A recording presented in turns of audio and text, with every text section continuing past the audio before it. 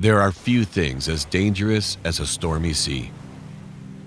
Modern ships, built with reinforced steel plates, often break apart in storms from the force of the water hitting their hull. One can only imagine how dangerous seafaring was in antiquity.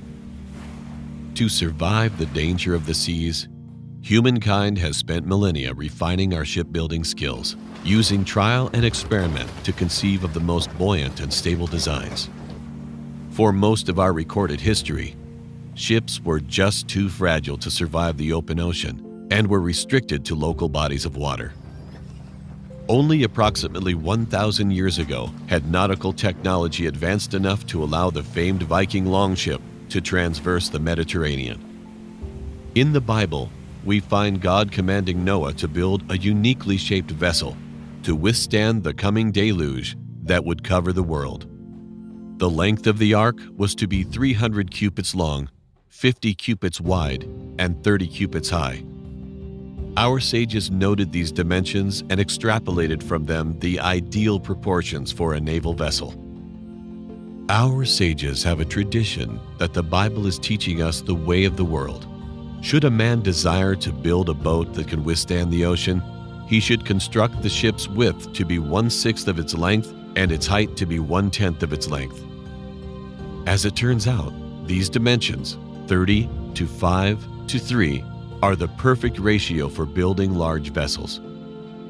In 1843, British engineer Isambard Kingdom Brunel made the Great Britain, a steamship with almost identical proportions to the Ark, and it was considered one of the most magnificent displays of maritime engineering of its day.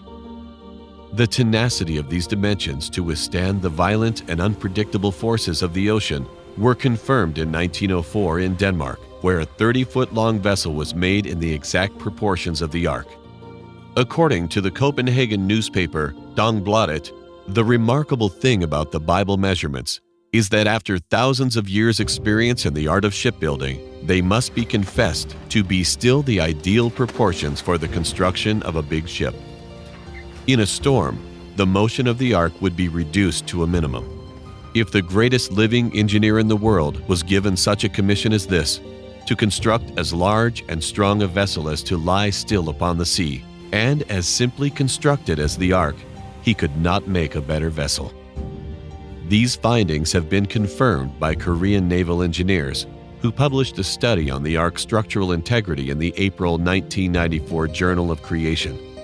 According to the study, which analyzed the structural safety, overturning stability, and seakeeping quality of a boat with the ark's dimensions, the authors found that, quote, the ark had a superior level of safety in high winds and waves compared with the other hull forms studied.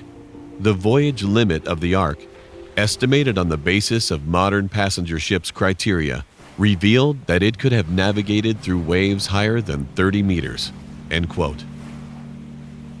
It is astonishing to think that after thousands of years of refining our shipbuilding abilities, we are only beginning to appreciate the wisdom that our sages saw in the Bible.